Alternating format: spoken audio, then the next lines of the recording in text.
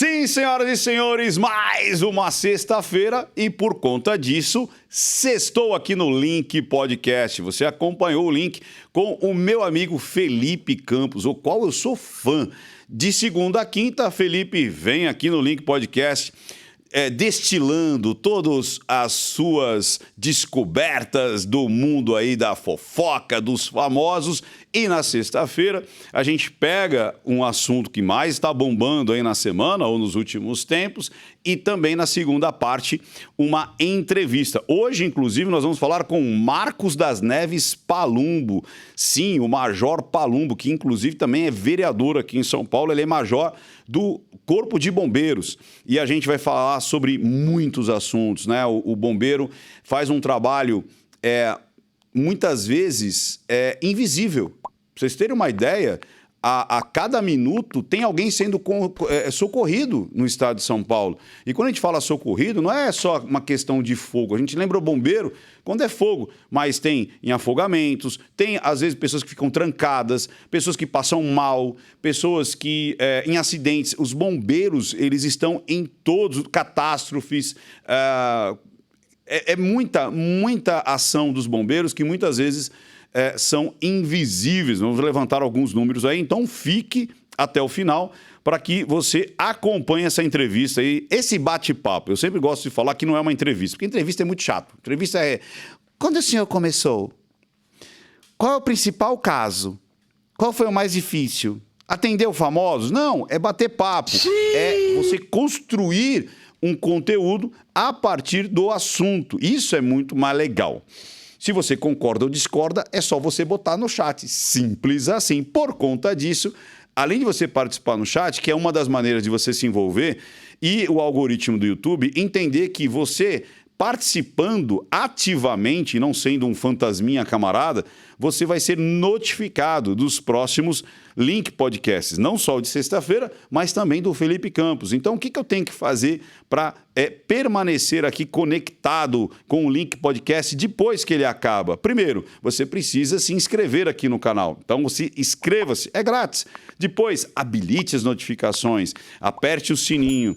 Somente isso não garante que você vai receber as notificações. Você que está me ouvindo agora, pode escrever. Você pode falar: poxa, eu sou cadastrado, eu tenho as notificações ali habilitadas, mas eu não recebo. Por quê? Por falta de engajamento. É importantíssimo você se engajar para que o YouTube priorize para você. Como é que eu me engajo? Dando like nesse vídeo e também comentando como você já está fazendo agora. E chega de churumela, senhor Ian. E vamos começar agora, porque esse assunto ele não acaba, né? Esse assunto não acaba, Geisa, não acaba. Estamos aqui, inclusive, com Geisa e Ian nos acompanhando aqui, toda a produção aqui do Link Podcast Sextou. Larissa Manoela continua em alta ainda? Que coisa, hein? Larissa Manoela, depois que deu ali as revelações bombásticas no Fantástico, eu até fiz uma análise lá no meu canal. Se você acompanhou, diga eu, escreva aí se você assistiu a análise lá no canal Não Minta Pra Mim. Mas eu quero trazer, além de reforçar alguns pontos, que eu vi que muita gente ainda permaneceu com algumas dúvidas, trazer outros assuntos também que são muito importantes, não só em relação à vida da Larissa, porque a vida da Larissa e do André e da Silvana, que é a mãe dela, e do Gilberto, que é o pai, cabe a eles. Simples assim. Esse é um ponto que eu vi o Felipe até falando bastante sobre isso, né? Expor dramas familiares. Então vamos começar por aí. Eu acho assim, ó, eu até fiz algumas anotações aqui, ó. Então, praticamente, eu creio que todo mundo sabe o que aconteceu. Larissa Manoela foi no Fantástico, imagina, no Dia dos Pais, através de uma superprodução, com takes dela na praia, né? Andando, olhando para o nada. Não foi tipo um desabafo, tipo, vou entrevistá-la na casa dela. Sabe como às vezes acontece, que a gente vê aqui na Record? Lembra do Stênio, quando aconteceu aquele caso com o Stênio Garcia? Aquela moça que é da Record, como é que chama aquela repórter? Eu gosto muito dela. Ela chega até a apresentar também programas aqui na Record, mas enfim, ela foi lá falar com o Stênio. Ela fez aquele, acho que o da roça lá, da Fazenda à noite. Lembra? Como é que é o nome dela? Falam que ela é parecida com a com aquela moça bonitona lá. Enfim, vocês vão saber. Escreva aí o nome aí que eu sei que vocês sabem. Ela fazia à meia-noite, ela falava da Fazenda. Eu sou péssimo para nome. E ela foi visitar lá o Estênio na casa dele. Ou seja, bater papo, entender o que estava acontecendo, colocou o que as pessoas estavam dizendo sobre o tema e as respostas da Mari, né? Mari Saad, que é a mulher do Estênio e tudo mais. Agora, na Larissa, o que acontece? Quando a gente fala de linguagem silenciosa e da análise psicomportamental, as pessoas muitas vezes acreditam que é só as microexpressões ou o movimento corporal. Mas não, o rito da mensagem é muito importante e a narrativa é muito importante, que são 2 pontos do protocolo.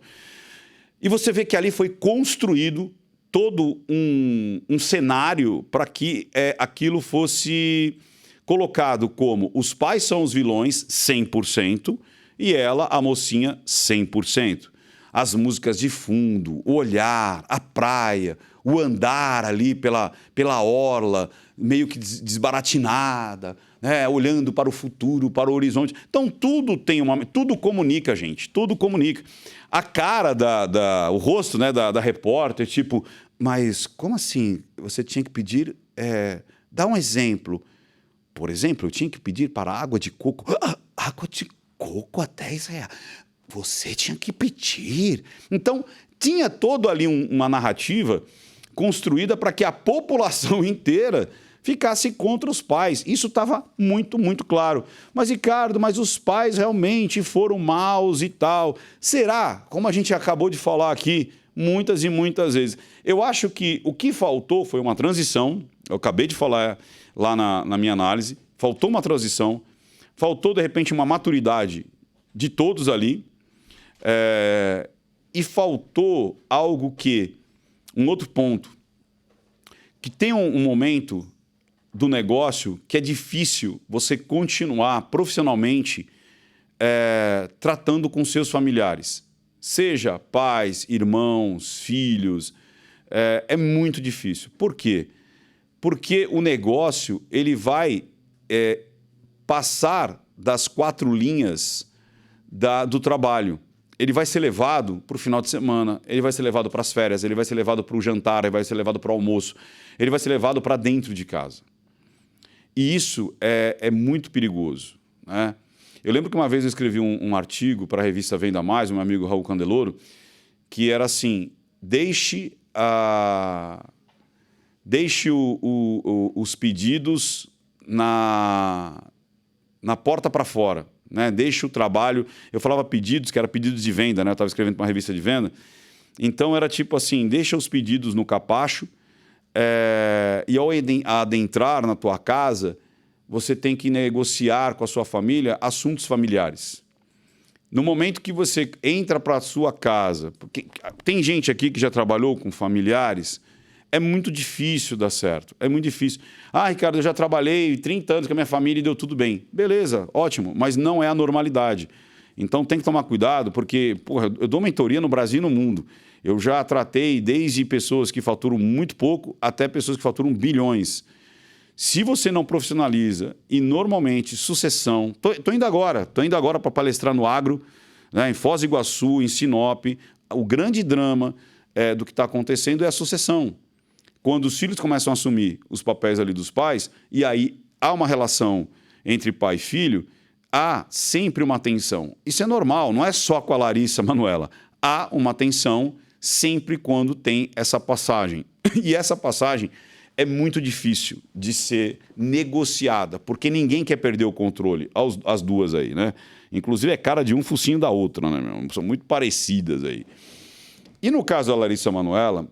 Um ponto que eu tenho que reaver com vocês, que é o seguinte. Muita gente falou, mas Ricardo, os contratos, ela ficava com 2%. Não, gente. Tudo bem, ninguém tem obrigação de saber como é que você constitui um contrato, como é que você registra ele na junta comercial. Aquilo é praticamente as cotas de distribuição, inclusive ali acho que era uma microempresa. Primeiro, ela era de menor, então muitas vezes... Você vai sim colocar a maior porcentagem para os responsáveis, para quem realmente vai tocar. E para o outro aparece ali mais que uma maneira figurativa. Ou seja, não é porque está 2% ali que ela vai receber 2%. Eu cansei de fazer contratos sociais, eu tenho contratos sociais há 33 anos. Eu cansei de, por exemplo, colocar a minha mãe como a sócia majoritária, ela lá com 98% e eu com 2%, para que eu não aparecesse perante o fisco como sendo o CPF responsável por aquela empresa, por aquele CNPJ. São jogadas contábeis, legais que você faz para você conseguir se enquadrar na menor fatia de pagamento de impostos. Simples assim. Mas tudo bem, o público não sabe disso e não tem obrigação de saber. Só que o que é feio? O feio é colocar isso numa narrativa que como se ela recebesse 2%, ou seja, entrasse lá 1 milhão, aí eles ficavam com 980 mil e ela com 20 mil. Você entendeu? Não é assim. Não é então ela fez um contrato lá com sei lá, com qualquer produto ali de maquiagem e aí ela ficava só com 2%? Não, não é assim. Só que colocado da maneira... Então, se tem contadores aqui, escrevam. Quantos e quantos contratos vocês fizeram e aquela distribuição do patrimônio ali, do capital constituído, que é essa que é a verdade, quando você vê aquele quadro do sócio e o capital constituído, eu já entrei em sociedade onde eu só entrei com o nome, nem com a porcentagem dos lucros. Para quê? Para que eu não gerasse lucro no meu nome. Distribuía para minha mãe, distribuía para minha tia, quando era obrigado que empresas tinham que ter 2 sócios. Hoje não, você pode fazer uma empresa com uma única pessoa. Antes não, você tinha que fazer com 2, quando era a microempresa, quando era a Eireli. Agora tem uma outra denominação que você consegue linkar um único CPF a um CNPJ. Mas olha que engraçado, foi colocado de uma maneira que era aquela divisão monetária e não era. Não era, tanto não era, quando as pessoas falam assim, ela não tinha acesso ao dinheiro, ela tinha que pedir os 10 reais. Mesmo ali, ela fala, a minha conta não está habilitada. Aí ela fala, seu pai ainda não tem os dados da conta. Então, ela vai ter que fazer os 10 reais para o cara do coco. Por quê? Porque ela tem que passar só 10 reais para o cara do coco. Isso não indica que ela ia passar 10 reais para a conta dela, para depois ela catar na conta dela e depositar para o cara. Então, toma cuidado. Porque, assim, primeiro, a narrativa e o rito da mensagem, ele é muito fácil de ser manipulado e muito fácil de enganar as pessoas, seduzir as pessoas, manipular as pessoas. Tanto é que é um dos meus livros, Como Manipular e Persuadir Milhares de Pessoas. Existem todo um protocolo ali que você consegue fazer sem mentir e contar uma mentira. Sabia disso, Ian? Você pode usar até estatísticas verdadeiras que, dependendo do jeito que você as mostra, você mente a realidade. E as pessoas têm obrigação de saber disso? Não, não tem obrigação de saber disso. Mas agora, depois de saber, aí é uma questão de você justamente agregar conhecimento à sua forma de pensar e não ser binário. Você sabe que eu criei esse termo? Tem umas pessoas já replicando esse termo, né? Pensamento binário. O que é o pensamento binário? Pensamento binário, porque na programação você só tem 0 e 1. Então, se você escolhe 0, o outro vai ser 1. Isso é um pensamento binário. Ou é 0 ou é 1. Ou aberto ou fechado. E nas discussões da vida, as pessoas estão sendo doutrinadas a ter um pensamento binário, que é o quê? Eu acredito que a Larissa Manoela, ela é a que tem a razão. Então, tudo que vier dos pais, eu não vou aceitar. Vai ser tudo 0. Vai ser tudo ignorado, vai ser tudo do mal. Não, eu acho que os pais têm razão. Então tudo que a Larissa Manoela quer, não pode. A gente tem que anular as vontades da Larissa Manoela. Eu sou do time Larissa. Eu sou do time dos pais. Eu tenho que honrar o pai e a mãe. Eu tenho que... Cara, enquanto você pensar de forma binária, tudo para um lado e todo para o outro, você não vai conseguir nem entender a vida. Porque a vida não é binária. Você erra e acerta. Eu erro e acerto. Todas as pessoas não são 100% boas e não são 100% ruins. Ninguém é 100% bom, mas ninguém. Nessa última semana eu tenho certeza que você fez coisas às quais você fala, poderia ter sido melhor, poderia ter sido mais gentil. Talvez eu não tenha sido tão correto com essa pessoa. Talvez aquela pessoa também foi mal comigo, mas ela não representa. Quantas pessoas essa semana foram ruins com você, mas não é a normalidade dessa pessoa? Quantas vezes uma pessoa, de repente, fez algo que não foi legal, mas não é a normalidade? É o que eu vejo aqui. Então, toma cuidado com esse negócio de... mas desde os programas, de quando ela era lá, ela falava que não tinha acesso e tal. Pois é. E aí, para quando você começa a ter uma administração, isso pode ser Larissa Manoela, pode ter seu filho, viu? É importante ele começar desde cedo a ter uma noção de administração financeira? Claro que sim. Finanças? Claro que sim. Mas parece que é pecado, sabe, Ian? No Brasil criou-se um pecado. Teve até acho que uma deputada dizendo assim, para quem ensinar administração financeira, finanças para quem é pobre? Pois é, para justamente começar a entender como você administrar o seu dinheiro, o seu salário, os seus ganhos, como você não ficar dependendo das promessas de terceiros, do gerente do banco, ou até mesmo não saber o que fazer e gastar tudo, que é a normalidade. Eu conheço muita gente assim, se ganha 2 mil, gasta 2 mil. Se ganha 5, gasta 5. Se ganha 20, gasta 20. Mas, Ricardo, não é assim a normalidade? Não, não é a normalidade. A normalidade é você justamente saber administrar o seu dinheiro para que quando você ganha 5, 20, 100, 1 milhão, você saber o que fazer com isso. Porque você pode ser, de repente, virar uma Larissa Manoela. E como é que você vai fazer? Se você não sabe administrar nem R$500, como é que você vai administrar R$1 milhão? Então, de repente, faltou ou estava num caminho tardio de ela administrar, porque uma coisa é administrar, outra coisa é gastar. Dizer que a Larissa Manoela não tinha contato com o padrão de vida que ela ganhava, aí é uma falácia. Porque eu nunca vi essa menina andando com carros ruins, morando em casas ruins, tendo roupa ruins e passando férias ruins. Pelo contrário, todo mundo brincava, né? Pela 16ª vez, Larissa Manoela vai para Orlando. Quem lembra dessas clickbaits assim? Pela 17ª vez, Larissa Manoela leva o seu namorado para o seu novo namorado para Orlando. Ela levava os amigos, levava os namorados, levava tudo. Então, o padrão de vida dela era de uma garota milionária. Pelas viagens que ela fazia, pelo que ela frequentava, pelo que ela gastava e tudo mais. De repente, ela tinha ali uma mesada quando era uma criança para não ter acesso a todo o dinheiro. É extremamente salutar. É um pensamento muito pequeno acreditar que uma criança ou até mesmo um adolescente tenha acesso a todo o dinheiro que ganha. Mas o dinheiro é dela, ela pode fazer o que ela quiser.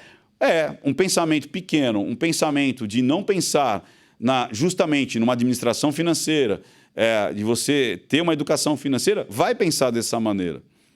Só que os pais, pelo que eu vi, né, e pelo que saiu na mídia até hoje, não torraram dinheiro. Ninguém conseguiu levantar que eles torraram dinheiro, fizeram maus negócios, pelo contrário, parece que construíram um patrimônio interessante. Aí também veio aquele lance, mas ela abriu mão de todo o patrimônio dela. Eu não sei como é que ela abriu o patrimônio de todo o passado que ela fez até então, se ela comprou um carro para o namorado, se ela continua com os seus contratos e tudo mais, ou as viagens, que ela acabou de fazer viagem de novo lá para Orlando, acabou de estar com o namorado, acabou de... Acho que foi... Onde que foi? Fernando de Noronha que ele pediu ela em noivado? Eu não sei que foi numa praia, né? Enfim, você acha que da onde que saiu aquele dinheiro? Então, é um pensamento muito pequeno, muito binário, acreditar que ela era uma escrava dos pais. Os pais fizeram tudo certinho, no sentido de ir soltando as rédeas? Eu acredito que não. Eu acredito que não. Poderiam realmente ter trazido. E outra coisa também, o artista em si, se ele for administrar o seu próprio negócio, a chance da melda é muito grande. Mas fulano administra a sua própria carreira. Até a página 2. Porque tem todo o lance de todo dia, dos impostos. Cara, para você ter uma ideia, só para você ser rico, dá muito trabalho. Dá trabalho ser rico. Porque você tem que saber que banco você vai deixar o dinheiro, que aplicação que você vai deixar, quando vai resgatar. Os contratos, muita gente fala assim, nossa, dá muito trabalho ler contrato. Dá muito trabalho ler contrato. Dá muito trabalho você fazer um planejamento de carreira. Quais são as marcas que eu vou me agregar? Quais as marcas que eu vou recusar? Aconteceu isso com o Luva de Pedreiro. Tipo assim, ah, mas ele tem que aceitar tudo. Será? Como é que foi agora a carreira do Luva de Pedreiro? Como é que tá? Ninguém mais fala dele.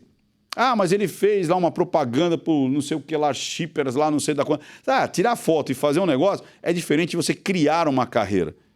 Cadê ele? Que estava em alta, fazendo sempre com contratos ali, tal. Ou seja, não é aceitar qualquer coisa, não é aceitar qualquer contrato, tem toda uma estratégia. Os pais dela, ela nunca teve envolvida em treta, ela nunca teve envolvida com droga, ela nunca teve envolvida com nada de promiscuidade, ela nunca teve de índole. E é muito fácil artistas mirins se perderem no meio do caminho. Então, a carreira dela foi muito bem gerida? Eu acho que foi muito bem gerida. Tanto que ela chegou onde chegou, porque ela é uma boa profissional, mas teve também administradores, gestores, que eram o pai e a mãe. Administrador de carreira, de grana, de tudo mais. Então, anular tudo isso também é uma mediocridade. Ou então, no mínimo, é algo que não é justo. Porque eu sempre falo isso. Xuxa não existiria sem a Marlene Matos e vice-versa. Elvis não existiria sem o Coronel e vice-versa. Ah, mas o Coronel foi o Coronel é o empresário dele. Foi extremamente ruim para o Elvis, tal. Foi. No final da carreira ele foi.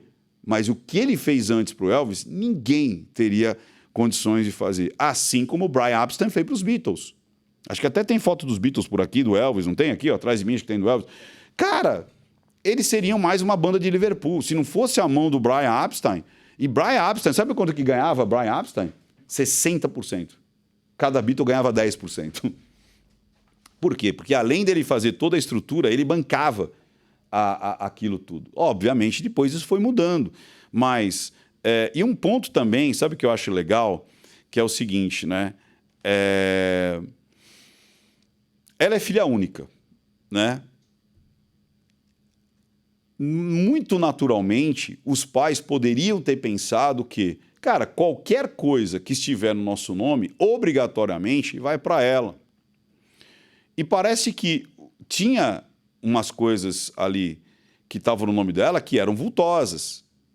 Por exemplo, se você fizer uma especulação, eu fiz uma especulação aqui com o Ian, de cabeça, eu falei assim, ó, no mínimo essa casa aqui no Brasil, mais o terreno contínuo ali que foi feito, vale no mínimo aí uns 9 milhões. E era o que depois foi levantado. Então, o patrimônio não se resumia aquilo que, de repente, ela deixou para trás, até como se fosse um acordo pelo período lá dos 18 anos que o pai e a mãe trabalhou para ela. Porque tem muita gente que vê isso também. Ah, mas pai e a mãe tem que ter salário? Pai e a mãe fazendo o trabalho de pai e mãe, não. Agora, fazendo o trabalho de administrador, de gestor,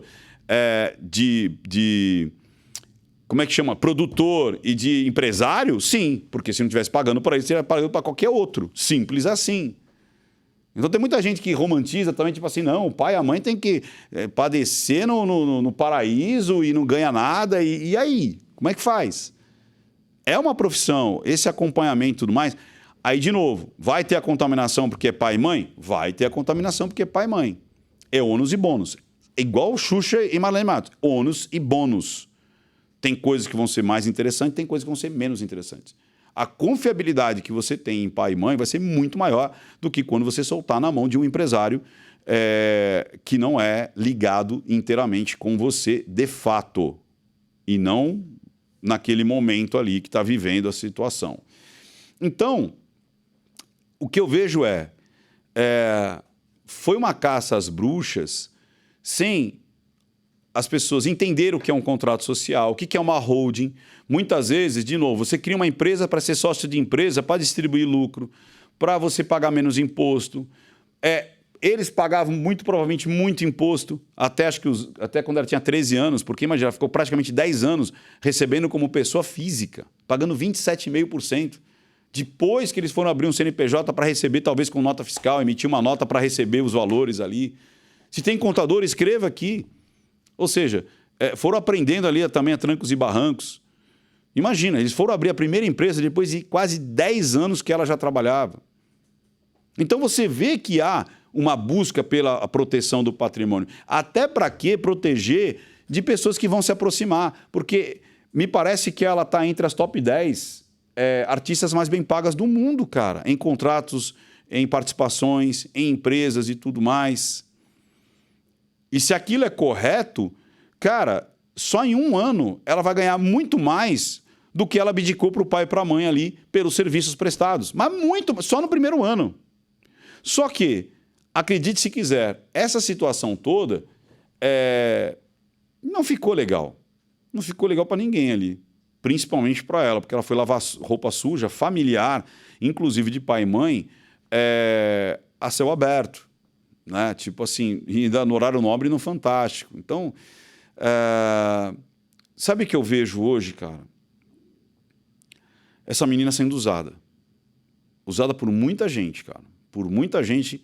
E por muita gente que não tem o amor ali do pai e da mãe. Não tem o nível de amor, de comprometimento do pai e da mãe. Não tem. Ah, então, Ricardo, ela teria que ficar abdicando da sua fortuna e da sua vida por causa do pai e da mãe. Não, não é isso. Não vá de novo pensamento binário. Eu estou dizendo assim, para mim está muito claro. E outra, sabe o que está mais claro ainda? Que ela é apaixonada pelo pai e pela mãe e que o pai e a mãe é apaixonado por ela. Ela ama de paixão o pai e a mãe e os pais amam de paixão essa menina. E vou te falar mais. Se acontecer deles se encontrarem para conversar só os 3, vai haver uma reaproximação, talvez mais adulta agora, e separar, que de fato eu acho que já está na hora de separar a parte administrativa dessa parte familiar. Eu permaneceria com meu pai e minha mãe como conselheiros. Eles não fazendo parte das minhas empresas, mas sim eu ia querer. Muita gente já meteu mãe narcisista, mãe tóxica. Você acha que uma família narcisista e tóxica deixaria essa menina crescer o tanto que cresceu? O tanto que foi valorizada, o tanto de namorados que ela já teve. Cara, vocês não têm ideia do que é viver abaixo de uma narcisista de fato, com transtorno de personalidade narcisista. Vocês não têm ideia. Jamais ou se ela brilhasse, ela ia brilhar de uma maneira sempre até a página 2. Então toma cuidado para banalizar a estrutura de um relacionamento tóxico, de um relacionamento patológico. Eu até aconselho vocês lerem Sandra Brown. Leiam esse livro, Mulheres que são apaixonadas por psicopatas. Ali ela relata muito o que é de fato um relacionamento patológico. São quilômetros, distâncias, anos-luz de um negócio desse aí. Mas a gente vai ver cenas dos próximos capítulos. Eu acredito que eles vão se reconciliar como família. E eu acho sim que ela tem que tomar as rédeas da vida dela, escolher bons administradores com experiência em marca, em branding, em holding, inclusive experiência internacional, que já tenha cases de sucesso. Você entendeu? Cara, eu ia dar até uma sugestão para ela, sabe? Mas acho que é melhor eu não dar, não. Mas tem uma galera que eu gosto muito, que consegue administrar carreiras aí, que eu bateria na porta, viu? Fala assim, quer administrar minha carreira? Talvez se você pensar um pouquinho, você vai saber quem pode ser. Tem uma empresa aí que é muito boa para gerir carreiras aí de famosos numa situação mais macro, e são extremamente profissionais, extremamente competitivos e sabem fazer e têm know-how para isso. Know-how pesado para isso. E eu fiz aquele desafio que acho que eu vou fazer aqui. Muita gente bateu no André, né? Dizendo que o André foi o pivô, né? Que ela tá apaixonada e tudo mais. Se eu sou o André Luiz, né? Andrezão, se eu sou você, cara, eu dava uma resposta para a sociedade calando a boca de todo mundo. Sabe o que eu faria se eu fosse você? Até porque vocês já estão namorando juntos, né? Então, morando juntos, daqui a pouco ele pode até exigir uma relação estável aí. Sabe o que você faz, cara? Faz um contrato, ou se você for casar no papel, com separação total de bens. Cala a boca de todo mundo, Andrezão. Chega e fala assim, ó, eu vou aqui morar com ela, mas eu quero fazer um contrato pré-nupcial aqui, ó. Tudo que tiver no nome dela é dela, tudo que tiver no meu nome é meu nome. E fim de papo. Aí você calava a boca de todo mundo. Ia ser uma prova de amor absurda que você ia fazer para ela. Fala assim, ó, eu tô apaixonado por você e não pelo teu dinheiro. Faz uma separação total de bens, faz um contrato pré-nupcial, faz um contrato de relacionamento. até porque você já está morando na mesma casa, faz um contrato. Aí você calaria a boca de todo mundo. Ninguém poderia falar mais nada. E Larissa, um recado para você. A sua carreira merece ser gerenciada por quem tem know-how. Para quem tem já anos de janela, talvez até décadas, e que tem a experiência de ter pessoas do seu calibre ou até maior que o seu. E tem gente no Brasil aqui muito bem competitiva para isso. É só você dar meio trabalho que você tiver, você vai encontrar. Ficamos por aqui com Larissa Manoela. E lembrando, você que está assistindo, deixe os seus comentários, mas sem comentário binário, né? Querendo depreciar um para valorizar o outro. Os dois aqui tiveram erros, os dois aqui... Toma cuidado com o que você viu pela mídia. A mídia não entrega tudo. A cada momento você vê... Ah, mas teve o lance do... Como é que chama lá? Do plano de saúde. Ah, teve o lance da casa. Ah, teve o lance não sei do quê. Cara, toma cuidado. Ah, mas os pais não quiseram aceitar. E outra coisa, hein? Negociação, quando chega no litígio... Quem normalmente faz a estratégia não é nem os reclamantes e os reclamados. Sabe quem são? Os advogados. São os advogados. Quando eu passo coisa para o meu advogado, ele que resolve. Ele que faz a estratégia dele. Então esse negócio, ofereci 60, 50, não sei o quê, fiz aqui, pá dali, pá de lá. Toma cuidado, cara. É que a gente nunca fez litígio, você entendeu? Tudo bem, não tem obrigação de saber. Mas tem muita coisa que é estratégia do advogado. Não é necessariamente das partes, gente. Toma cuidado, tem muita coisa que acontece que passa da esfera do nosso cotidiano. E está tudo bem, as pessoas não têm obrigação de saber de tudo. Mas toma cuidado de levar tudo a ferro a fogo através da sua própria régua, não entendendo que a coisa é muito mais profunda.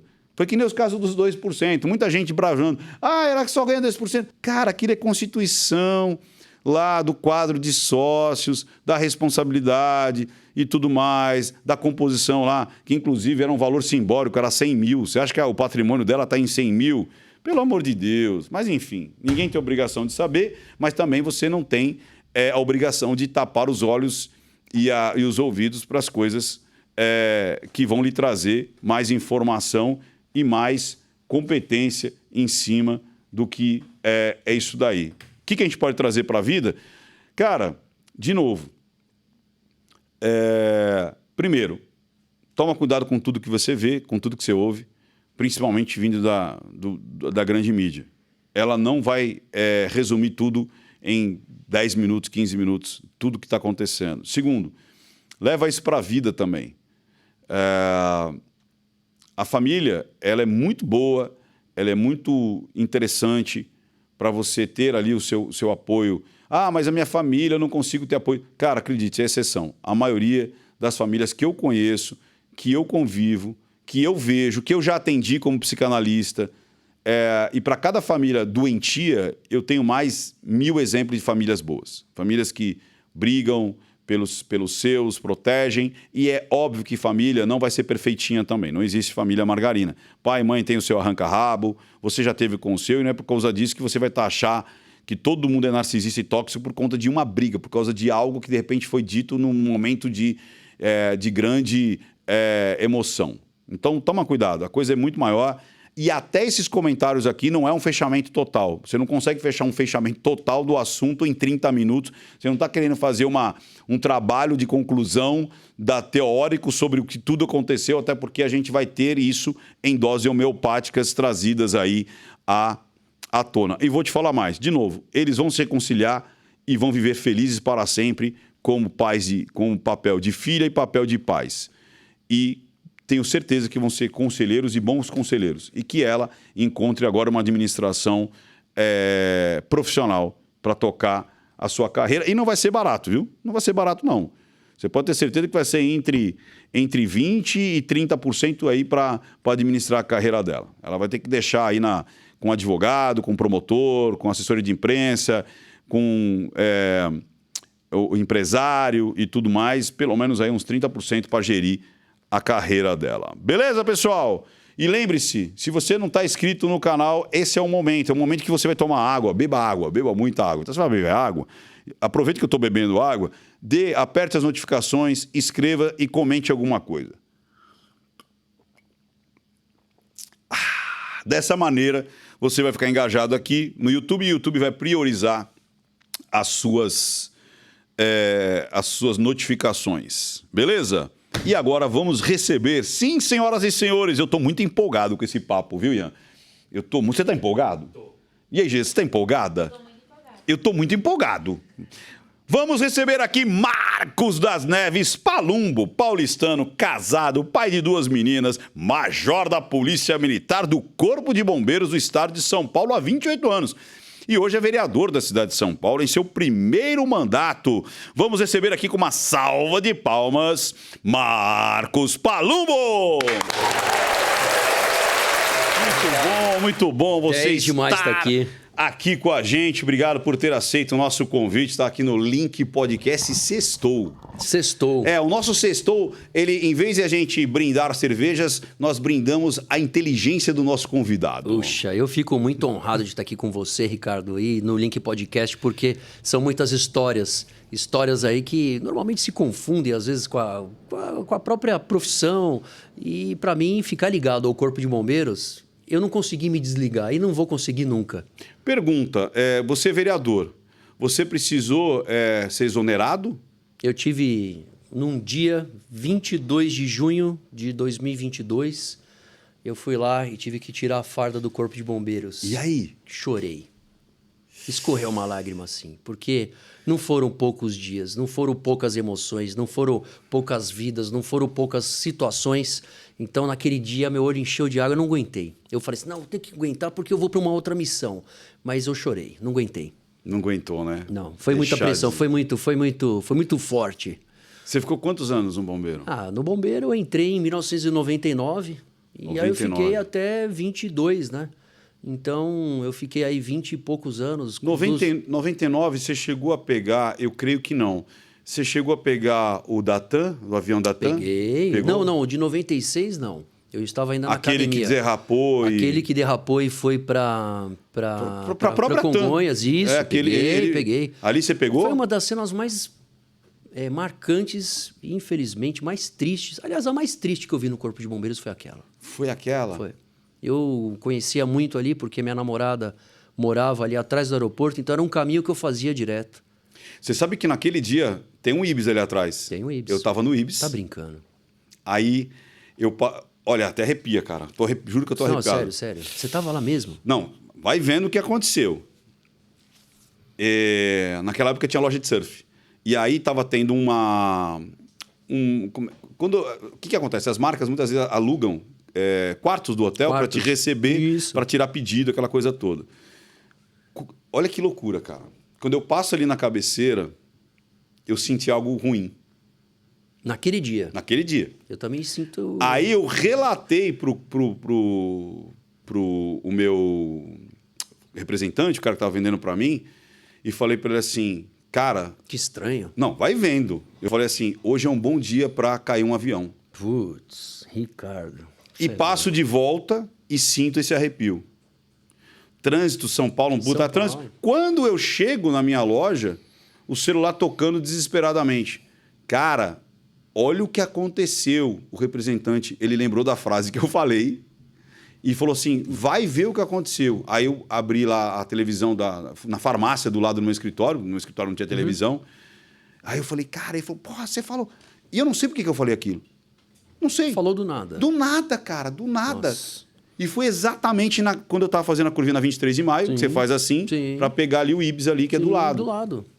E por que foi o pior momento ali? Como eu passava muito ali, eu fiquei... Na hora que eu cheguei em casa dos bombeiros, eu vi na televisão que o avião tinha caído.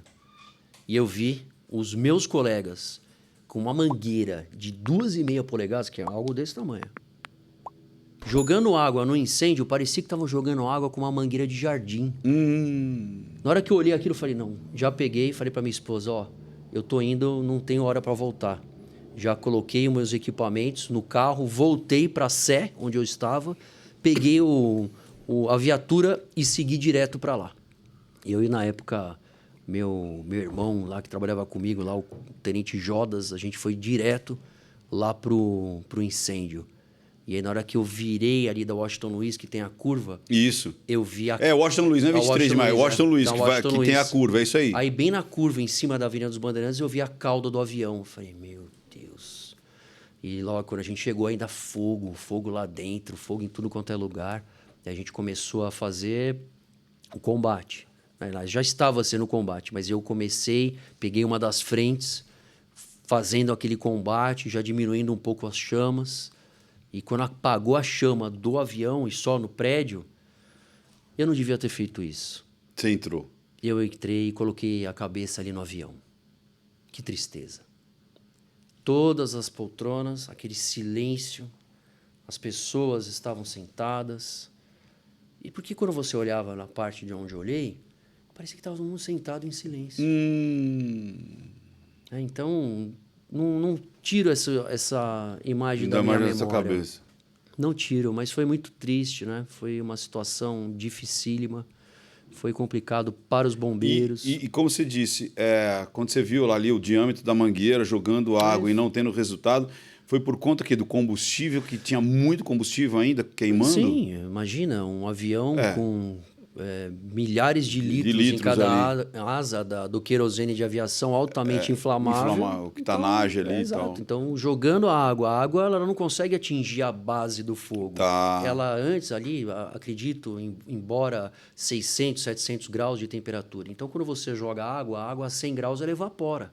Então, você tem que jogar uma grande quantidade de um fluxo constante para que ela na base, para que você possa tentar apagar, junto com espuma. Isso que eu ia falar, porque o combustível, a água vai espalhar. E a espuma, ela faz aquela camada para não ter oxigênio. Para não entrar com oxigênio, exatamente. Mas até que você conseguisse chegar nesse ponto, para você cobrir as asas e principalmente os prédios, porque bateu num posto de gasolina. Num posto de gasolina no prédio da própria companhia. O posto eu não estava lembrado, não. Posto de gasolina. Bateu num posto. Um posto de gasolina junto a um...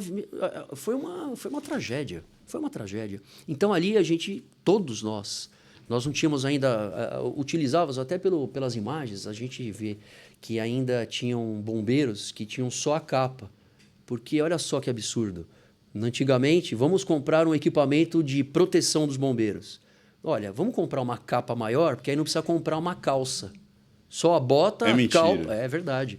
Então tem muitos. Eu não tinha calça de combate a incêndio, eu só tinha a capa. E a capa era mais comprida, ela vinha mais ou menos até a altura ali do joelho. Quer dizer que, vamos ter que comprar, aí alguém da administração, sei lá quem, não tem verba... Mas eu não vejo nem a crítica, mas é por causa que na época... talvez seja por isso até que a gente escolheu um caminho e falou assim, não pode faltar nada para esses caras. Porque nesse dia você falou que os caras se queimaram?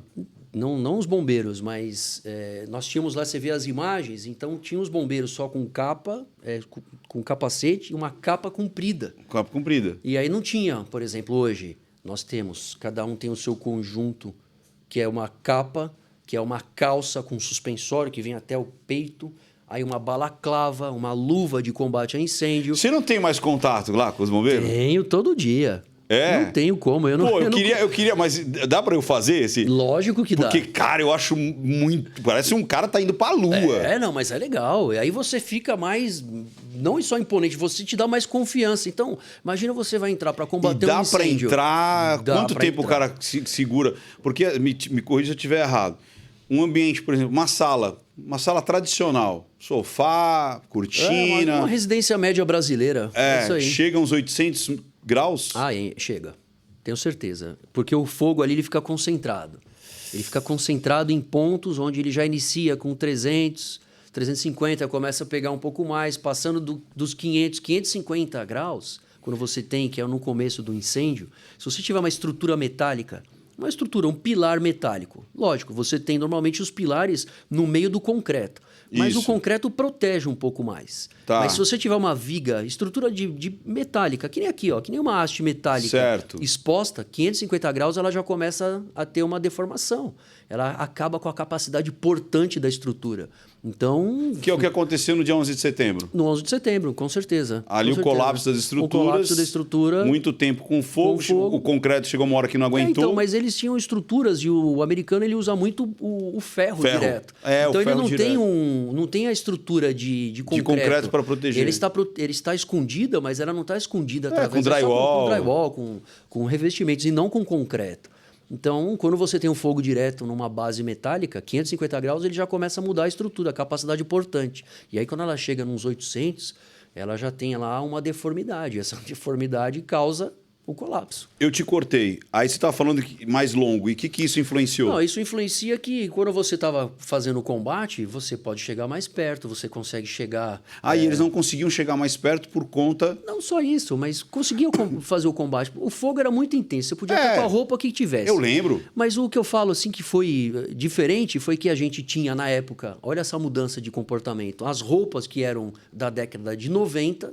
Né? Que perceberam até 2007, que foi o acidente, que é onde começou a ter uma mudança do Corpo de Bombeiros e dos equipamentos. Então você vê muita gente lá. E ali você tem, lógico, né? Eu lembro de pegar só o capacete, então não tinha uma balaclava. Era uma luva que era uma luva de vaqueta, não era uma luva de incêndio. De incêndio. Né? Propriamente dito, onde você fica protegido. Então tem ali...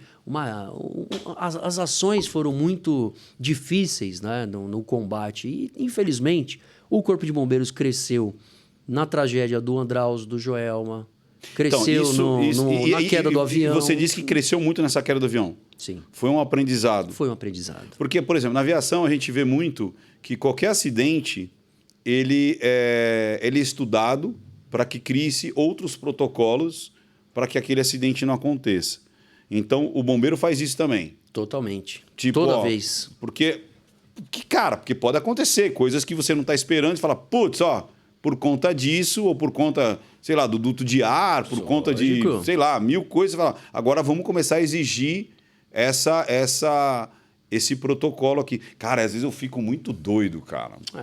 Vou te contar uma de lá. O pessoal fica assim, o laudo dos bombeiros, sabe, para tirar bits e tal. Lógico. E aí, acha que é frescura. Não é. Vai por mim, me escuta. Não é frescura, não. Não é, cara. Não, aí você entra nos lugares que você fala assim, eu não sei porquê, acho que eu sou meio paranoico, porque eu já passei por uns Dos lugares. Não, aí. de incêndio também. Você já pegou incêndio? Já. Tá já peguei incêndio na minha loja, cara. Quer dizer, na realidade, atrás da minha loja. Foi um desespero. Por quê? Tava pegando fogo atrás da minha loja. E era uma de vidro, então tinha muita química, né? E aí o pessoal tá pegando fogo lá atrás, E era bem na parede do meu estoque. E aí a galera começou a descer os materiais, o sapato lá, as coisas, né?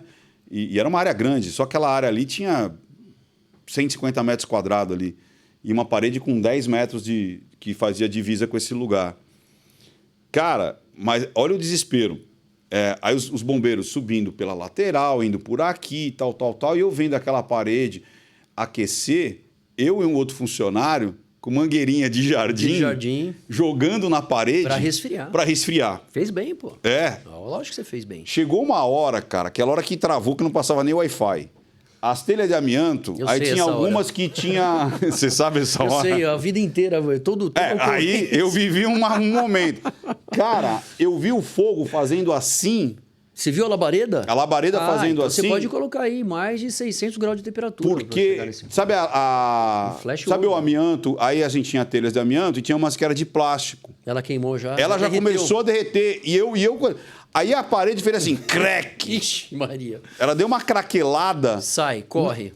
Nessa hora que eu falei, essa parede vai cair e o fogo vai vir pra cá. Foi quando eu falei pro meu funcionário, eu falei, vamos descer, cara, vamos descer porque tá trincando a parede. Mas nisso aí os bombeiros, aí eu vi o fogo e falei assim, aí eu falei, mas foi segundos, eu acho. Mas normalmente acontece em segundos, porque ele acabou rompendo a parede e pegando o oxigênio que estava dentro desses 150 metros. E aí cria-se um flashover, que é quando você alimenta de oxigênio. Então, se caísse, a gente morria torrado ali. Morria torrado. Mas não só de morrer atorrado, mas por quê? A gente não tem a experiência. Se caísse e você abaixasse, o flash viria pela parte de cima. Talvez não te atingisse. Mas normalmente você está de pé, você não espera. Então, exato. Mas aí é que tá.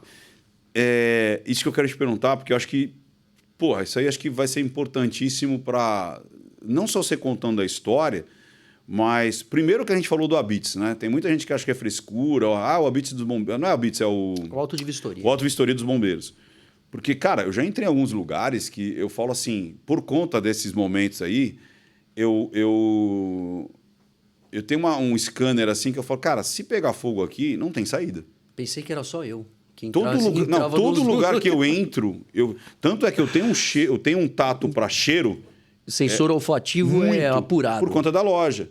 Porque a gente já teve, tipo, dar curto em reator. Sim. Então, como a loja de calçado ela tem couro, cola, papelão. Tudo. Eu tenho um sensor olfativo bem atento. Mas é tipo, eu falo, tá pegando fogo, tá pegando fogo, tá pegando fogo, e eu vou indo para saber se é de dentro ou de fora.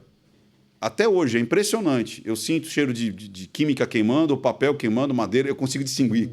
Eu consigo distinguir. Curto-circuito. Já teve também? Já, ixi. E de chegar e ter que desligar a chave. Chave geral, disjuntores. Mas a pergunta que eu quero te falar é... a primeira, que acho que vai ter até um fato que aconteceu agora há pouco. Você viu aquele cara lá no Rio? Cara, eu vi.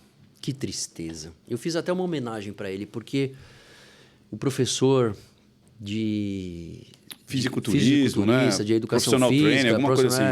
É personal, né? Personal. Então, ele vai lá. salvou a mulher, o pessoal, salvou a filha e salvou o cachorro.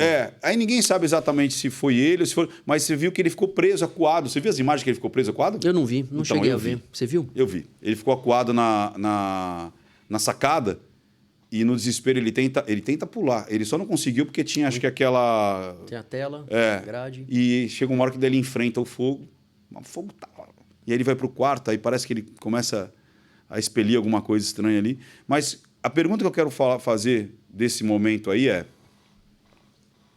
Você disse que quando você estava na Lemoa, você falou? Na Lemoa, lá embaixo. Então conta pra gente, que você falou em off aqui, que você falou que também foi uma coisa bem impactante.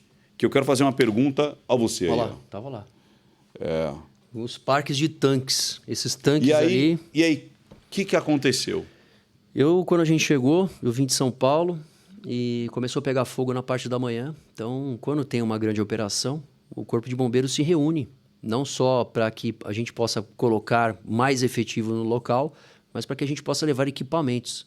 Mesmo lá embaixo, do lado do porto, com um navio do Corpo de Bombeiros colocando água diretamente do canal, do Porto de pegando Santos, água do mar água do mar, jogando ali, mas não tinha jeito de segurar. Então, primeiro pegou fogo num tanque. Quase, acho que 60 milhões de litros de álcool. Não tem como. Mas a água com álcool, ela, quanto mais você joga, ela vai diluir a chegar a um ponto onde ela tem a capacidade da extinção, autoextinção. Entendi. Então, se você pegar um tanque e jogar, que está pegando com álcool, pegando fogo, se você jogar água, talvez você não vai apagar a chama, porque é muito grande. Não tem condição de você ter lá uma grande toalha para fazer um abafamento. Então, você vai minando com a água. E a gasolina? A gasolina ela não se mistura. Então, logo, você tinha que fazer o combate do fogo. Não só de você jogar água dentro do tanque. Entendi, para diluir. Porque é para diluir. Então, não tinha jeito. O que aconteceu foi que o primeiro foi o tanque de álcool e depois passou para o de gasolina, mas quando a gente chegou, estava pegando fogo nesses dois tanques. Só que todas as estruturas, ela tinha causado já uma explosão, todas as estruturas de conexão dos tanques, que são muito estudados, então todas as ações...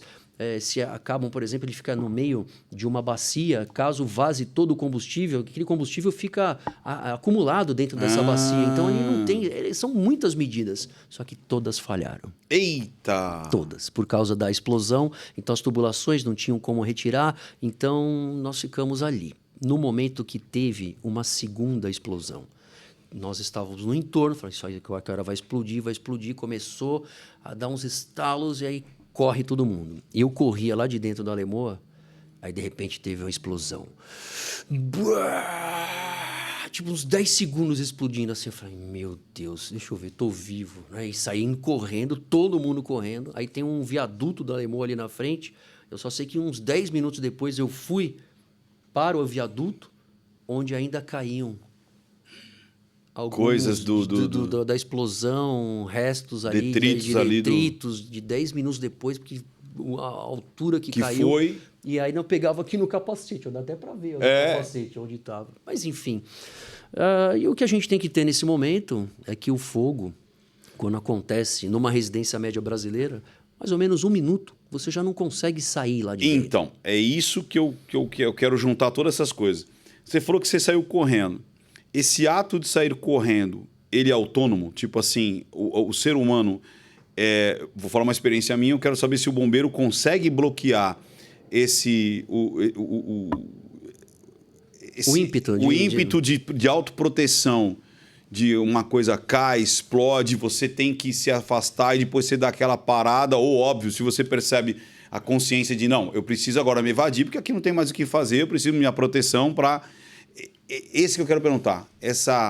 O bombeiro, ele tem um treinamento que ele consegue,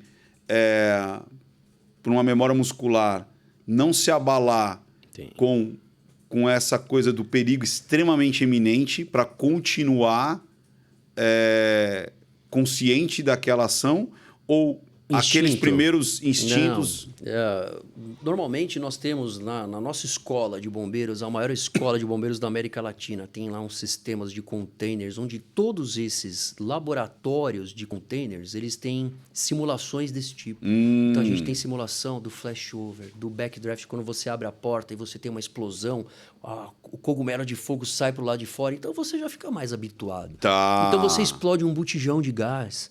Então, por exemplo, imagina, se tiver um incêndio... Eu tive uma vez numa favela ali da Alba, lá no Buraco Quente, que chamava. Então, você está lá combatendo incêndio, sempre cercando, nunca indo direto para a base do fogo, porque é perigoso. De repente, porque você sabe que alguma coisa pode acontecer. Por exemplo, um botijão de gás. Explodiu um botijão de gás, então... Quando todo mundo correndo, a gente lá, opa, calma aí, explodiu o botijão, mas a gente está vendo que explode, mas tem o pino de segurança, onde vai sair uma grande labareda. Então, ela vai atingir uma altura de um poste, uma labareda. Mas a gente está ali, preparado. Mas essa aqui, Ricardo, que você falou, não passava Wi-Fi. Não passava Wi-Fi. Mas você acha que o primeiro instinto foi todo mundo já tinha saído, só tipo... tinha ali os bombeiros. Sim, que eu estou falando. Então, aí na hora na hora que a gente corre... Não, corre mesmo. Se você está acompanhando alguma coisa, está vendo um bombeiro correndo, corre junto. Corre porque a situação é complicadora.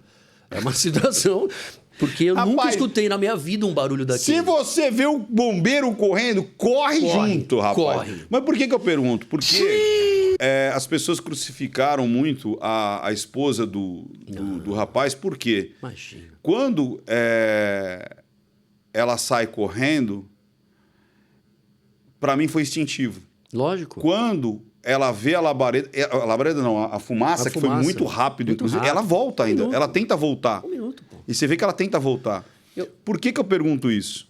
Porque uma vez eu estava na minha casa, olha que loucura. Eu vou te falar, viu? Acho que eu vou... como é que fala? Tem o bombeiro e tem a vítima. A vítima. Não, porque tô lá na minha sala... Tranquilo, lendo um livro... Eu lembro como se fosse hoje.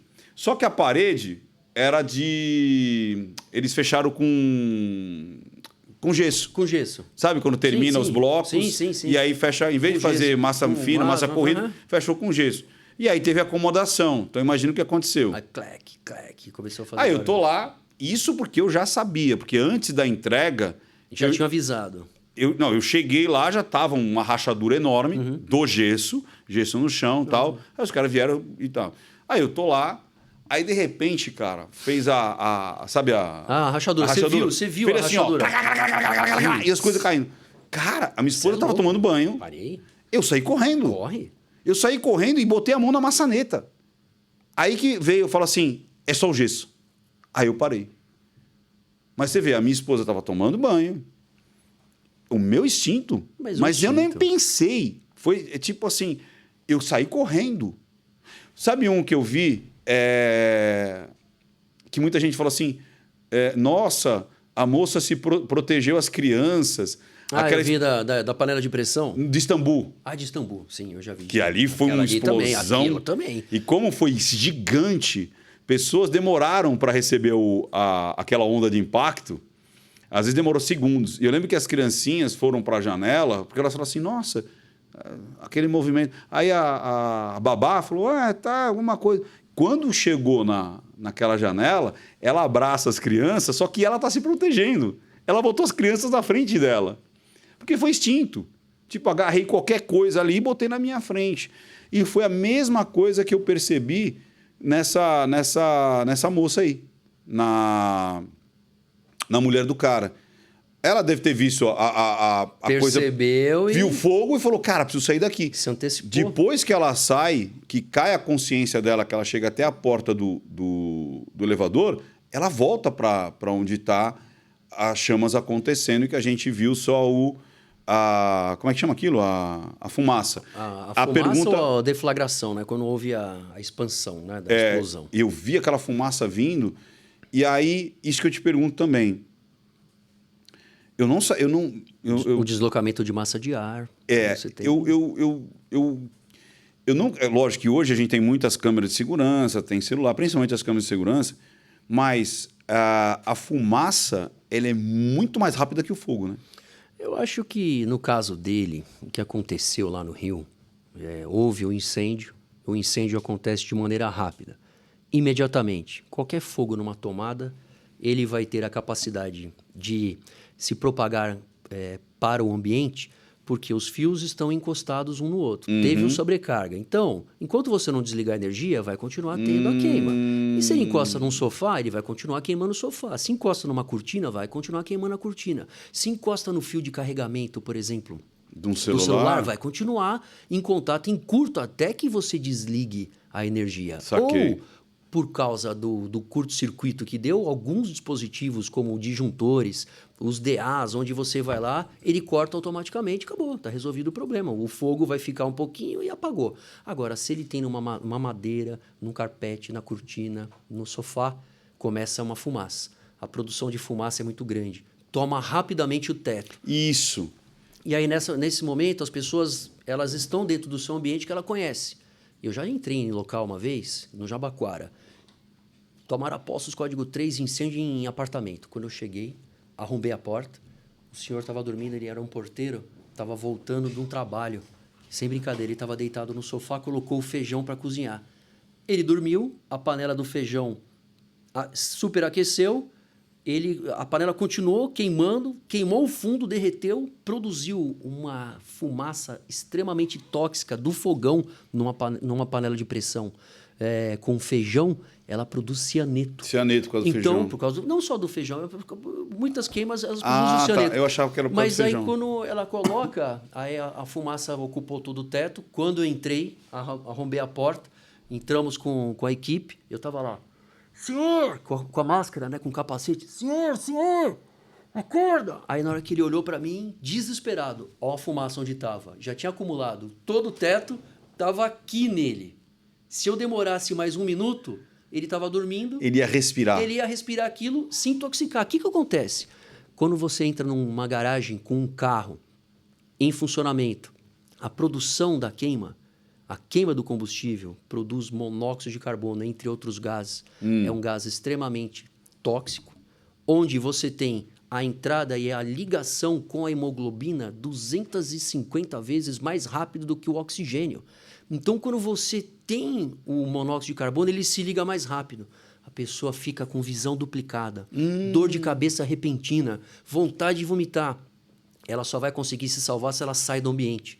Porque depois que ela se intoxica, ela não tem como voltar, porque a hemoglobina ela se ligou no monóxido de carbono e não no oxigênio. Putz. Então, eu acredito que aconteceu isso com ele. Ele entrou no ambiente. Primeira coisa, pegou fogo. A fumaça produziu os gases provenientes e também o monóxido de carbono por causa do tipo de material. Aconteceu comigo no Memorial da América Latina, quando explodiu, eu estava lá dentro com a equipe. Mas ele, naquele momento, conseguiu entrar bravamente, retirar a mulher, bravamente, retirar a filha, bravamente, retirar o cachorro, ou fazer as melhores ações que ele tentou ali. Mas ele foi se intoxicando. Se intoxicou. Aí falou, eu não consigo mais sair, já tenho a visão duplicada, perdi os sentidos, uma dor de cabeça extrema. Ele literalmente apaga. Por quê? Quando você tem o fogo, e eu percebi isso em ocorrência, as pessoas não vão ficar perto do fogo porque é sensitivo. Sim. Você percebe. E a intoxicação? Você vai demorar um tempo para você perceber. Ter consciência que você está se intoxicando. Então, eu normalmente estou vendo que o fogo está em determinado local, não estou enxergando nada, mas eu vou chegar perto do fogo? Não. Ele vai ficar longe e o que eu gostaria que todos fizessem? Pegou fogo? Abaixa. Fica quase rastejando no chão, onde você vai enxergar a porta, porque você conhece sua casa. Você vai respirar melhor, enxergar melhor e ir embora. Porque normalmente você está de pé. E aí você quer ficar de pé, respirando e vai se intoxicando cada vez mais. Quanto mais perto do teto você ficar, Caramba, pior a Marcos. sua intoxicação. Cara... Que pena, viu? Eu fiquei muito sentido. Eu acho ainda que a cidade do Rio de Janeiro tinha que homenagear esse professor, porque... E foi desesperador. Eu acho. Agora, como você diz, né? Então, é até um bate-papo aqui com instrução. Mesmo se eu não esteja sentindo absolutamente nada, tá pegando fogo naquele ambiente, eu tenho que abaixar. Eu tenho que tentar ficar o mais próximo do chão. Do chão. Respirar melhor e enxergar a saída. Mesmo que eu ainda estou consciente e tudo mais. Lógico. Não é tipo... Como você falou, daí não dá tempo. Na hora que eu tentar... eu tô ficando meio zureta. Não, Isso, já era. Já era. É uma coisa que eu nunca tinha pensado, ó. Porque ela demora, ela vai se ligar. Então, se você respirou um pouco... entrei na garagem de casa com o carro ligado. Você nunca viu os casos desses? Aí o cara entra, ele fica lá dentro e fala assim... Nossa, mas daqui a pouco ele apaga de uma vez, porque ele está se intoxicando ao ponto da hemoglobina. Não tem aversão, não né? Não tem, ele não vai perceber. Não é igual, como você falou, igual o fogo, que automaticamente você vai sair. Lembra dos casos dos brasileiros no Chile? Que eles estavam todos dormindo. Isso. Aquecimento. E lá tem os aquecimentos, né, das estruturas da casa. Então, normalmente ele é feito pela parte elétrica, é muito caro, então utilizam-se gás. Então, o gás, ele queima. Quando ele queima, o produto da queima não pode ficar no mesmo ambiente. Você não pode competir no mesmo local com o produto da queima resultante do incêndio. Ou, se você... Esse aquecedor joga por causa da chaminé, que está por falta de manutenção, tem um furinho nela, ou ela está caindo para dentro do mesmo ambiente... Certo. Ele vai jogar o monóxido de carbono que não tem cheiro, é incolor, e você só vai perceber... Aliás, nem vai perceber. Você apaga e... Se ninguém te tirar lá de dentro, você vai acordar lá no céu.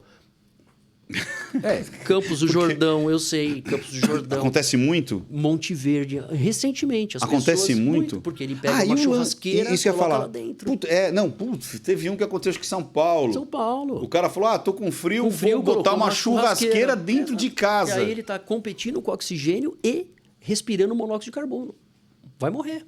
Peraí, vamos lá. Agora o negócio tá ficando... Quer dizer, tô lá em Monte Verde com meu amorzinho e tal. E aí, pior de tudo, que o cara já vai lá, lareira, já vai tomar um vinhozinho. Mas a lareira não tem problema, porque a lareira... Desde que você perceba que tá... Isso. Entendeu? Mas você tem que perceber isso. Não, mas normalmente a lareira ela foi feita para isso. Você coloca o fogo, o resultado da queima, o sentido ascendente da massa de ar quente, ele vai levar... todos os gases resultantes pela chaminé. Não, então, isso que é legal. Ou seja, acendi a lareira, perceba se realmente a fumaça está subindo e indo embora. Isso. Está subindo tranquilão, pode ficar com o seu amorzinho, tomando vinhozinho. Toma um vinho, dá aquela namorada. Dorme ali, que não tem problema. Agora, sentiu que a fumaça está bloqueando... Não vai fazer isso, não deixa. Toma cuidado. E aí, quando ele pega, e tem muitos riscos. Imagine aqui, assim, que nem a mesa. Você já viu aquelas lareiras que estão fazendo agora, que não tem? Eles colocam no meio da sala uma lareira. Que é com gás, fica aqui assim, gás. Tipo, fica aquela chaminha assim. Escuta, e aí? É a mesma coisa. Se ela tem aqui, não sei se o pessoal tá pegando aqui na mesa. Tipo, tá errado. Não, ela tá queimando. Beleza. Escuta, e o resultado da queima... Tá aí. Tá aqui. Tá dentro da sala. Tá dentro da sala onde você tá. Rapaz! Os caras vocês são malucos. Você vai queimar isso aqui, é só no ambiente externo. Aqueles aquecedores que tem em bar, aqui até em São Paulo. Sim. Ou em Campos do Jordão, que fica Monte Verde. O GLP ali. Isso, ele fica queimando e ele queima, aquece o ambiente. Só que, tem uma troca gasosa. Não, e tá no ambiente aberto. Exato. Aí ele pode. Agora, esses queimando, que tem uns que são cenográficos só, né? Ele tem um aquecedor. Mas tem uns que realmente são a gás. A gás, ele tem que ter um local... Uma troca. Ele tem que estar externo. Senão a pessoa não percebe. Não percebe. Ele vai lá, tal, e daqui a pouco desmaiou. Mas por que o cara desmaiou? Porque ele está queimando o oxigênio que ele respira. E, pior, se intoxicando pelo monóxido de carbono que ele não vê. Agora, tem algumas lareiras ecológicas que são incandescentes. Essa pode. Como é que é isso aí? Sabe aquecedor?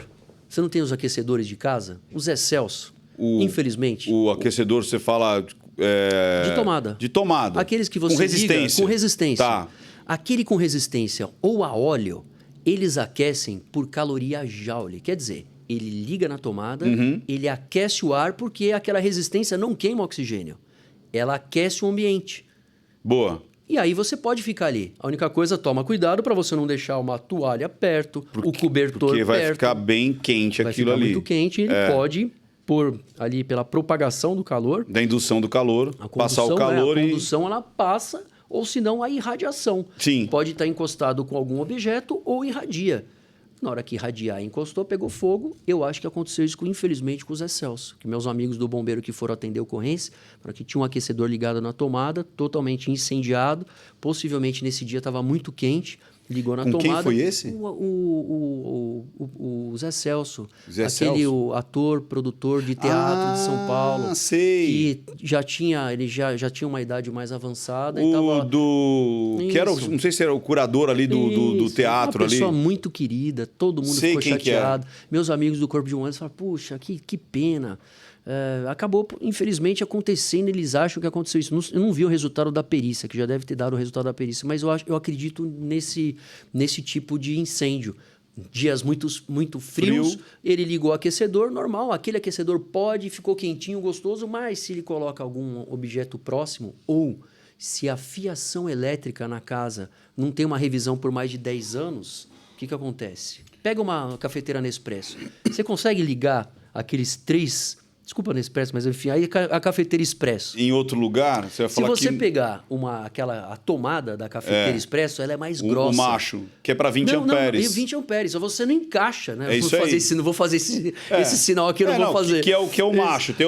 Que aí tem de 10 amperes, que é normalmente o tradicional, e o 20 amperes é mais grosso. É mais grosso, aí você não consegue. Aí o cara vai lá e pega um adaptador, um Benjamin, pau. Tudo bem, ele vai ligar, ela vai funcionar, mas ela vai aquecer a fiação, ela não foi feita para isso. Aí o seu fator sensitivo de olfativo... Vai começar a sentir o cheiro. Opa, cheiro de queimado, desliga. Desliga. Mas talvez ele não percebeu.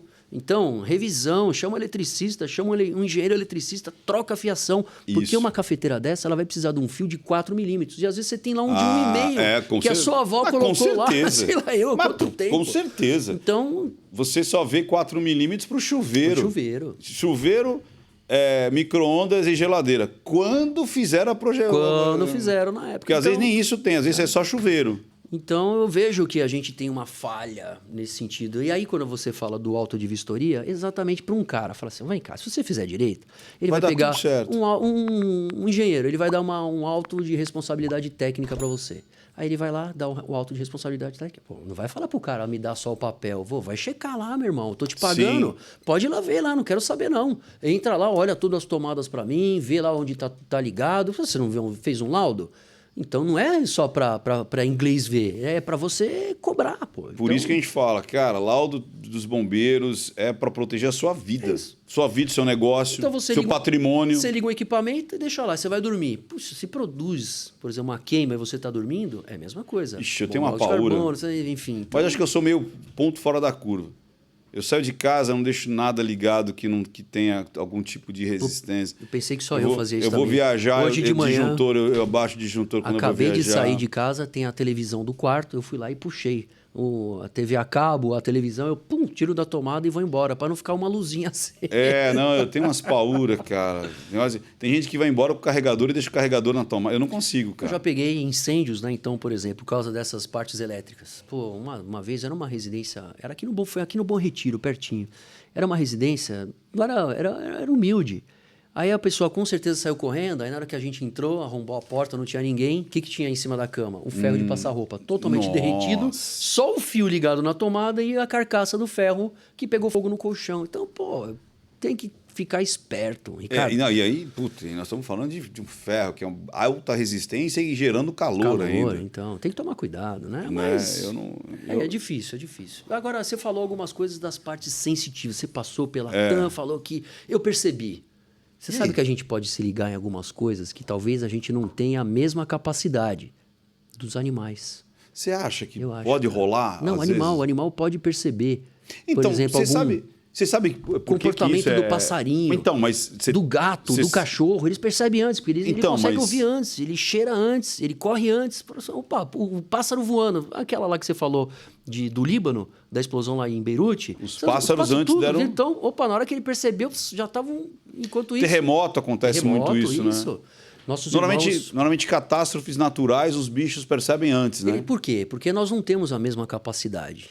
O cão, por exemplo, um labrador, 2.000 vezes o sensor olfativo do homem. Então, se você entrar aqui e ele sentir um cheiro, ele vai sentir antes que você. Ele vai sentir o cheiro da pólvora, da combustão. Então, legal você falar isso. Vocês trabalham com cachorros também? Principalmente para salvar... Para salvamento. Como é que funciona isso aí? Primeiro escolhe os cachorros, aquilo é uma diversão para ele, como é que é? É uma diversão. Eles escolhem na ninhada. Eles vão na ninhada, fazem uns testes na ninhada, já pega o cachorro que é virado no giraia. Ele já pega o cachorro já totalmente assim... Que gosta da coisa. Já sabe, e pega, e é verdade. E quando você faz isso, ele é super inteligente, ele vai ser treinado, condicionamento mental, físico, daquilo que ele vai fazer a vida inteira. O cachorro, ele não sabe que dia que ele vai trabalhar ou que ele vai brincar. Ele está de plantão com o amigo dele, com o melhor amigão dele, está atrás da bolinha, né? Vou esconder a bolinha aqui e tal. Então, o treinamento é com isso. Mas vocês colocam... Não coloca nenhuma substância. Já colocaram, e você tem as substâncias, por exemplo, de odores sintéticos, e também os bombeiros já foram e ainda vão em maternidades, às vezes pegam partes do cordão umbilical para que a gente possa fazer o odor para poder localizar. Não só é cadavérico, mas odor do ser humano. Biológico, às vezes sangue. Urina, sangue. Então você precisa colocar lá dentro para que ele possa localizar a bolinha dele, mas ele está localizando uma pessoa. E ainda bem que a gente tem esses cães. E aí, quando eles acham... Aí ele late, ele faz de acordo com cada treinamento, ele senta, ele late pro dono, para que o dono possa dar a recompensa dele, que normalmente ele está com a bolinha dele. Então, joga pro pastor belga de Malinois, o labrador, que a gente tem lá no Corpo de Bombeiros, exatamente para que ele possa localizar. E, olha, eu já vi esses cães trabalhando, muitas vezes. Eles são fantásticos. Porque eles vão identificar o local exato onde alguém está soterrado. Embaixo de escombro. Ou embaixo de escombro, localizam. Então, os treinamentos são feitos em locais desse jeito lá na escola de bombeiros. Em algumas edificações que às vezes vão demolir. Então, a gente pede para que os cães possam ir lá para a gente romper algumas barreiras, esconder as bolinhas, os prêmios deles nesses locais, para que eles possam fazer isso. Vocês treinam ele em lugares que vão demolir. Aí, antes de demolir, joga alguma coisa dele. Aí agora, vai lá. Vamos lá, vamos fazer. Aí ele, opa, achei minha bolinha. Se eu te contar quando a gente era mais novo, né, 99, então a gente fazia uns treinamentos muito básicos, né? Então, imagina que você chega num local... terreno limpo. O que tem ali? Nada. Aí tem uma máquina. Que capitão? A gente era tudo tenente, né? O que esse capitão vai fazer? Caramba, a máquina tá lá. Daqui a pouco ele vem, a máquina retroescavadeira cava um buraco. Imaginei que era uma retroescavadeira. Quando você falou aí uma máquina... Ele cava um buraco, aí eu tô vendo ali uma caixa. E, cara, o que esse cara vai dar? Não acredito. Putz, será? Será? Bom, aí eu só sei que cavava um buraco. Eu já tô imaginando. Colocava... Eu fui dentro de uma caixa dessa, né? Quando o Palmeiras ganhou a Libertadores, a gente saiu com a máscara do Mr. M, né? tá brincando em 99. Aí falou assim, esconderam... Então, a gente escondia, uma equipe ficava lá no canto, e aí fazia um caixão, literalmente um buraco na terra, colocava, era bem seguro, era uma caixa... Né? Mas vocês entravam dentro da caixa e era soterrado. A caixa, e lógico, a gente tinha um rádio e tinha também um ar comprimido lá dentro. A gente ia bombando um pouquinho de ar, tal, mas a gente estava completamente à mercê da outra equipe que ia localizar a gente. E com o cão, com os equipamentos, são os geofones, que é onde você coloca. Se você faz isso aqui, ele consegue captar. Isso aqui, Ele consegue captar. Então, ele consegue captar um cara tossindo, um pedido de socorro facinho. E aí, qual que era a graça da brincadeira? Coronel Renzi, meu irmão comandante, fala sério. Então, ele enterrava a gente lá, mas era para treinar. Então, a gente ficava enterrado, e aí vinha o trator, jogava a terra em cima, passava de novo o trator, tava lisinho. Onde tá? Vai, acha os 5 minutos, amiguinhos. se vira aí. Acha os Chega aí, amiguinhos. exatamente. E aí colocava os geofone, ia acertando. Opa, tá aqui, achei. Cavava e achava. E com o cão? O cão vinha aqui, pronto. Então, muito mais rápido. Muito mais rápido que a tecnologia. Por causa da percepção. O bombeiro muitas vezes está relacionado com fogo. Mas tem, como você falou, desmoronamento, Cara, afogamento. batida de carro. Batida é de pior, carro. atropelamento.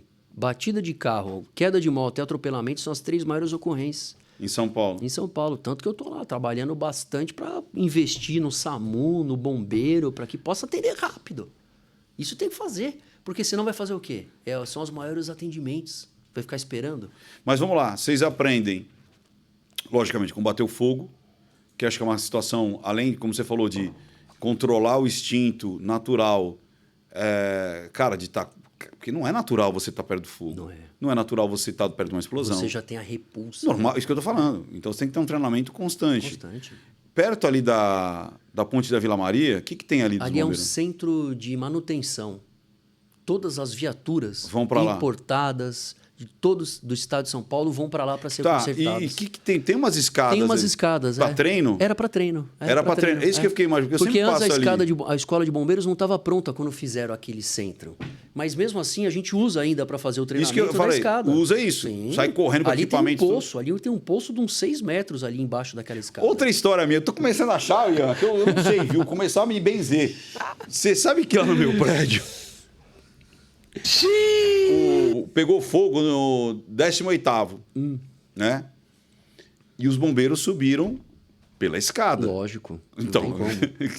e pior que no 11 de setembro também, né, cara? Também, não. Foram 300. Tanto é que a maioria que morreu foi bombeiro. Bombeiro. Porque, cara, lá são 100 andares, cara. 300 e poucos bombeiros. Eles estavam no corpo da Não, escada. não, foi 3 mil bombeiros. Não, Se eu não, me- não, não. Não 3 foi mil 3 no mil? total, né? De bombeiros foram 300 e poucos. Foi só 300 e pouco? Não, foi por aí.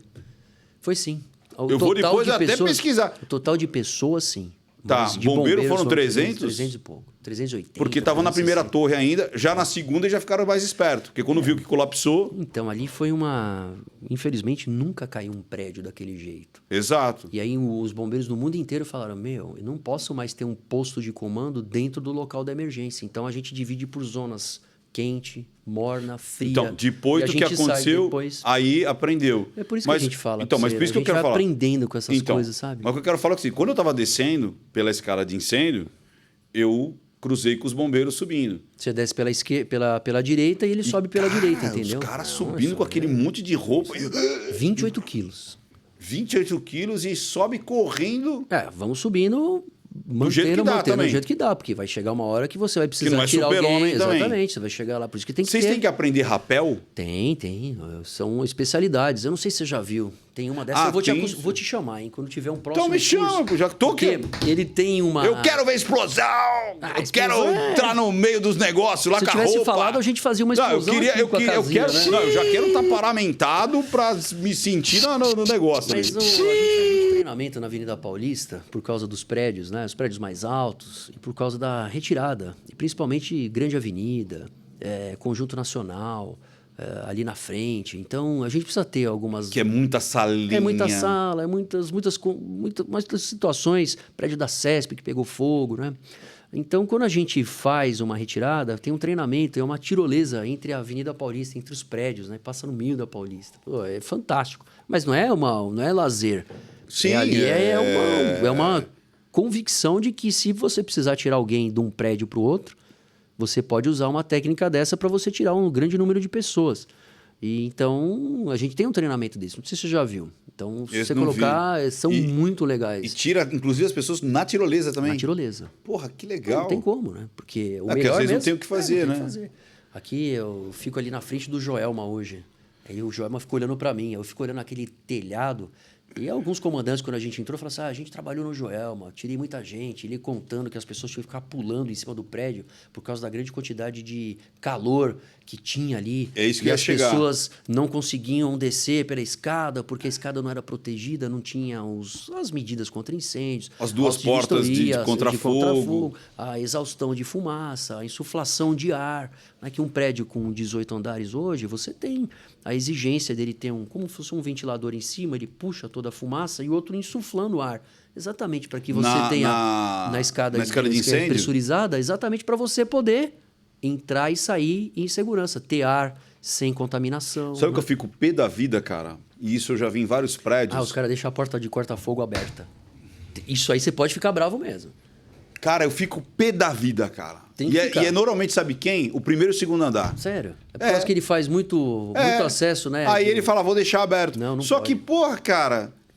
Legal, você tá bonzão, você pula da janela. Não. Agora, todo o resto, como é que faz? Não dá. Eu, com certeza, já peguei incêndios já uma vez na rua Alfredo Pujol, Santana, 2003. Pegou fogo, uma pessoa morreu. Fui buscá-la dentro do banheiro.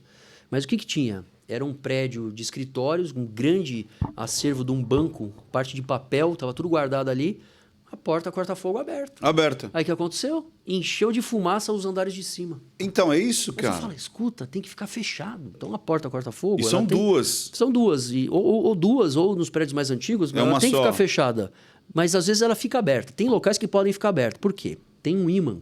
Quando toca o alarme de incêndio, ele aciona o ímã, ele, por causa do sistema elétrico, ele desarma. Aí as portas corta-fogo automaticamente fecham. Entendeu? Então, Mas não tem imã, não. Mas o problema é que eu fico pé da vida aqui no primeiro e no segundo andar, porque várias vezes eu desço de escada, né, de incêndio. Boa. E aí... Faz bem, hein? Faz bem. Faz bem. E aí quando eu vejo, eu vou lá e... Porra, mas eu falo, só quando eu desço eu vou lá e fecho.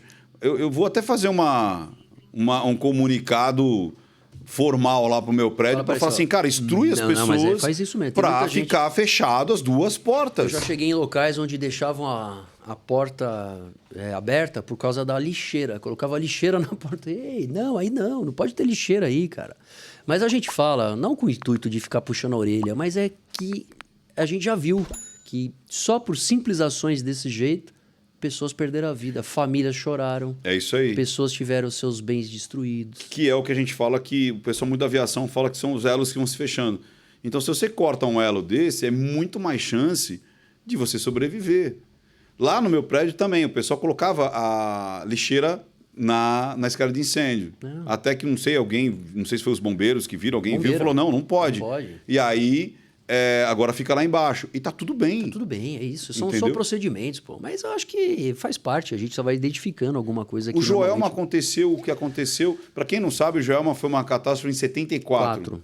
72 foi o Andraus, ali perto do Bar Brahma, aqui na Você tá com quantos anos? Estou com 48. Então você não era nem nascido. Não era nascido. 72, eu nasci em 75. Nem o Joelma. Você não pegou nem o Joelma. Eu vi as imagens. Eu vi as imagens também. Eu vi as imagens que eu vou lembrar bastante, foi do Grande Avenida. Quando os bombeiros tiveram que atravessar por tirolesa e por tirar as pessoas de um prédio para o outro. E eu lembro quando eu era pequeno, eu falei assim, meu Deus, olha lá o cara se queimando, né? Eu fiquei impressionado.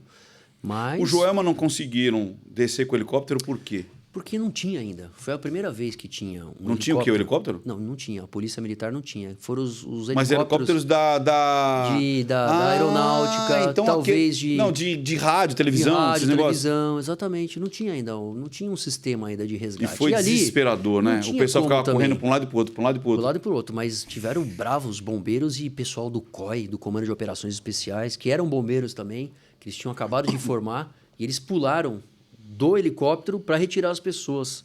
Eu conversei outro dia que fez, infelizmente, 50 anos, né? Já 50 anos. Ano que vem faz 50. Faz aí, 50 anos do Andraus. Andraus. E Peraí, 50 anos do Joelma, 72. O Andraus, 72. 72. Joelma, Então, 22, 74. O 22. Joelma é aquele que na Praça da Bandeira. Isso, na frente da Câmara Municipal. Isso. Fica olhando pra mim aquele prédio. Ele fica Eu olhando fico assim, eu fico olhando pra mim. Eu falo, cara, eu passo. E exatamente isso. Toda vez que eu passo, olho ali. Pô, dá Eu também, cara, sabia? É sensitivo. Eu falo, caramba, pô, não é possível. Você sabia que eu também? Mas, enfim, a gente sabe que aconteceram as tragédias, as pessoas morreram, 189 pessoas morreram. O Andral, o Joelma, até o acidente da TAM, os dois que a gente comentou, foi a maior tragédia do estado de São Paulo, de todo o estado de São Paulo, porque 189 pessoas morreram. E depois da TAM foram 199. A TAM foi a pior tragédia que a cidade de São Paulo Porque foi já viu. 199, né? Então, eu acho que a gente tem que aprender com isso. Eu acho que a gente tem que aprender, eu acho que a gente tem que passar essas informações. Eu acho que informações que nem a gente falou aqui poderiam estar na escola. A molecadinha podia estar lá, 8º, 9º ano, que é a molecadinha mais 13, 14 anos, aqueles moleques lá que já estão ligados. Pequenininho não dá, mas um grande já sabe. Pô, posso baixar um aplicativo do bombeiro? Chama pelo aplicativo igual o iFood, pô. Já dá a localização certinho, o negócio funciona bem pra caramba. Por exemplo, se alguém passar mal agora aqui, tem lá, eu abro o aplicativo do bombeiro, olha que legal. Ele já abre, é bem mais rápido. Ele já tem aqui comigo. Então, você sabe já me dá uma localização. Eu tenho. Olha que louco, você sabe cara. que eu acho que eu tenho Aqui, o isso do. é legal demais, pô. Então, eu soube disso aí, eu acho que eu tenho do que era 190. O 90 e o 93. Os Esse dois aqui, tem. ó. Eu tenho Isso, esse. O 90 SP, exatamente. E também tem o. Eu não sabia, tem dos Aqui, ó, eu vou cadastrar. Rua da Várzea, tá vendo? Olha Então, que já legal. vem Aí confirmar a certinho. localização. Acabou, pô. E aí eu faço o quê? Vai abrir um chamado, alguma coisa? Não, cai direto. Imagina lá, o centro de operações tem uma atendente, né? Vamos passar pro pessoal. Peraí, como é que chama o aplicativo? Bombeiros Emergência. Peraí que eu vou entrar agora junto com você aqui Pode baixar. Então, tanto Android quanto iPhone, o todos. iPhone. Aqui, ó, Bombeiros Emergência. Você Olha já lá, fica aí, Ian, pega cadastrado. aí. Aí Você você já fica cadastra cadastrado, antes, não isso. fica naquele desespero, você fala, ó, tô aqui e tal. E sabe qual é a Aí você sacada? busca o quê? Bombeiro? Bombeiros Emergência. Deixa eu aqui, ó. Bombeiros. Bombeiros Emergência. Apareceu aqui. Apareceu, deixa eu ver se é isso aí. Peraí, O vermelhinho é apareceu, o não. único que tem. Peraí. Bombeiro, apareceu o joguinho, você acredita? Tem. Peraí. Bombeiros. Ó, que é o símbolo do Isso. bombeiro. É esse aí, ó. Ó, olha aqui, esse ó. aí. É esse Símbolo do mesmo. bombeiro é o primeiro que vai aparecer. Aí quando você clica nele, ó, o símbolo do bombeiro aí e tal. Olha que legal. E eu já vou botar, ó, já tá baixando aí, ó. Pra quem quiser, tá baixando, eu vou me cadastrar, ó, pressione 2 vezes e tal. Sabe o que é legal? Quando você tem um acionamento desse, ele cai na tela, que é uma tela gigantesca, de 20 metros de comprimento por 8 metros de altura. É uma tela gigante lá do centro de operações. E quando é acionado pelo aplicativo, não passa pela pessoa. Pela atendente. Alô, onde você tá? O que tá acontecendo? Que cidade você tá? O cara tá morrendo aqui, pô. Você tá perguntando qual é meu RG, onde é que eu tô? Todo mundo fica bravo. Tá. Aí isso aí já cai na tela, o despachador mas na hora, vamos vê lá assim, ó. O quê? Tamo lá Entendi. no podcast lá do Ricardo, beleza. É agora, já sei onde tá. Ele já dá automaticamente o endereço. Então, Por isso que antes eu vou fazer um cadastramento. Para me identificar. Para saber que quem tá fazendo aquilo é uma pessoa real. Isso. Não é um maluquinho aí que... Não, é mais também porque isso aí vai diminuir a quantidade de trote. Isso que eu tô falando, porque você vai se cadastrar antes. Com todos os seus documentos e tal. Desculpa e tudo mais. falar vagabundo. Fala sério, ligar pro bombeiro passar um trote. Não tem um bombeiro na vida que nunca tomou um trote. Eu já tomei, chegou lá, pô, não era. Você fala, pô, cadê a regulamentação? Pois Cadê a mas- multa disso aí? Por que você vai ficar passando? Então, o aplicativo tá aqui identificado, são 6 ocorrências que não tem como ficar discutindo. Parada cardíaca, vítima de acidente de carro, incêndio, atropelamento, afogamento Não, e engasgamento. o que eu acho mais engraçado, Não, então- ô Marcão, já tô chamando de Marcão, É isso já aí, pô. somos best friends já.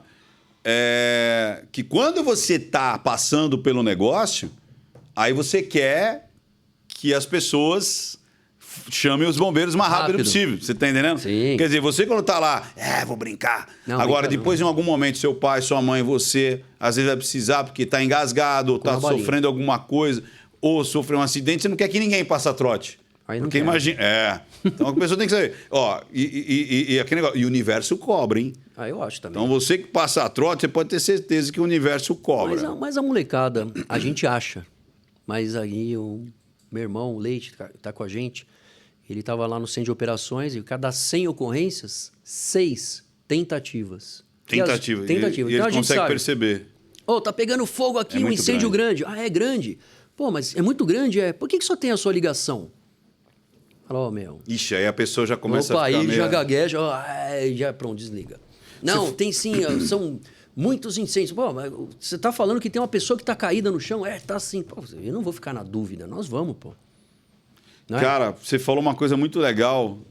Lógico, tudo que você falou aqui é legal. Eu acho que, para resumir, laudo técnico dos bombeiros não é frescura. Não é. Você, você investe no tênis novo, você investe no carro, você investe na roupa e às vezes não investe no eletricista para dar uma geral na sua casa. Então, simples, né? vai lá, vê se realmente está 4 milímetros, tira as coisas quando sai de casa, da tomada. É uma continha simples. E você que é síndico, você sabe que eu tenho uma parceria muito grande com o pessoal de síndico, né? As grandes plataformas aí. E eu quase não vejo eles falando dessa parte da segurança, sabe? De instruir os moradores a terem comportamentos seguros. Seguros, preventivos. E é uma besteirinha. É tipo aquele lance de, vai viajar, desliga o gás, desliga alguns disjuntores que você pode desligar. Você mora em prédio? Moro em prédio. Então, em prédio, normalmente você tem gás natural. Gás o gás natural ou gás com efeito de petróleo, que são gases diferentes. Todos vão aquecer seu fogão lá, não tem problema. Só que o gás natural, se ele vaza, ele se acumula na parte de cima. E o gás de botijão, de cozinha, aqueles botijões, ele acumula embaixo. GLP, embaixo. Olha a diferença. Quer dizer então que se eu ficar num local, qual é mais seguro? Não tem mais seguro. Um acumula em cima, outro embaixo. Se tiver um curto-circuito, vai explodir do mesmo jeito. Mas Sim. você precisa ter a consciência de saber. Eu tenho gás. Que gás que é o meu aqui, hein? O gás que eu tenho aqui é o gás de cozinha. Tá bom, então beleza. Saúde. Se vazar, ele vai entrar pela tubulação, vai entrar pelo esgoto, vai embora para outro lugar. Esse daí não, o outro, se você deixar aberto, então se vazar, ele sai por uma fresta da janela e vai embora. Aí o cara vai lá e fala assim, eu não gostei dessa nova sacada que fizeram aqui. Tem umas frestas e minha mulher passa frio, vai lá e tampa. Essa aí é a fresta exatamente para ter uma ventilação permanente, não é para você fechar, pô. Então a gente tem que ter umas sacadas para o pessoal não entrar numas aí de ter algum problema e infelizmente não dá tempo. Porque, Ricardo, desse tempo aí que eu fiquei no Corpo de Bombeiros ou que a gente trabalhou nas operações, eu trabalhei em muitas operações, ficava direto, trabalhava lá como porta-voz, mas o Corpo de Bombeiros não tem ninguém que trabalha interno. Todo mundo trabalha interno e também tem os seus plantões. Ah, tem isso. Não tem jeito. Excelente, graças a Deus. Não é só o burocrático. Administrativo. Não, é administrativo e pau no gato. Não tem o que fazer, tem que correr. Então, quando a gente faz isso, você cria ali uma empatia. E aí você vê em alguns lugares, é muito triste você chegar a enxugar lágrimas de famílias, de alívio ou, infelizmente, de dor. De dor. É complicado, é difícil. E a gente pede, e quando a gente dá essas dicas, é exatamente para que as pessoas entendam que aquilo que a gente tem não tem volta. Não tem volta. Não dá mais. Não dá para eu refazer aquela manobra. Eu não consigo restabelecer que alguém volte a ter vida. Na hora que teve a explosão, ela não tem como retornar mais. Uhum. Quando destruiu, não tem como voltar.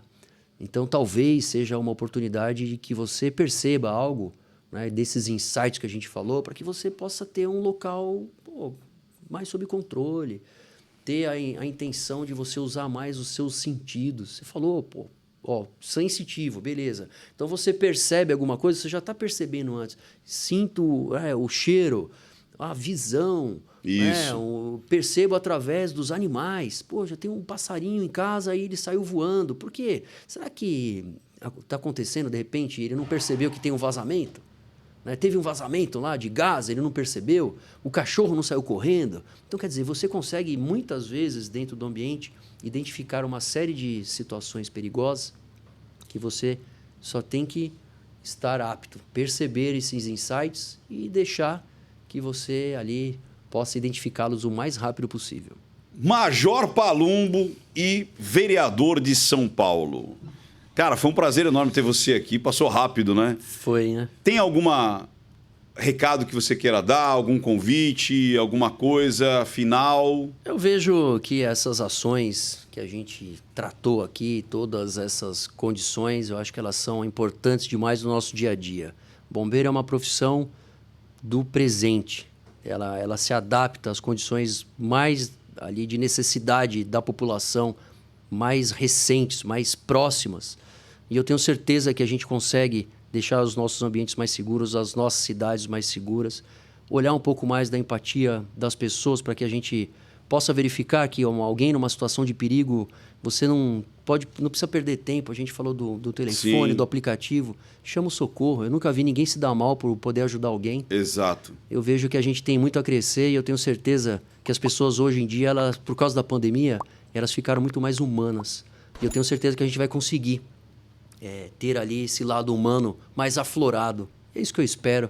E lógico, né? Precisar dos serviços, eu acho que a gente tem que cobrar.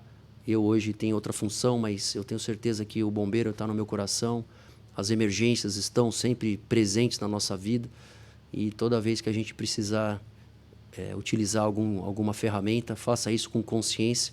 Porque com certeza, se você não fizer com consciência, alguém vai precisar no teu lugar e talvez não dê tempo. Exato.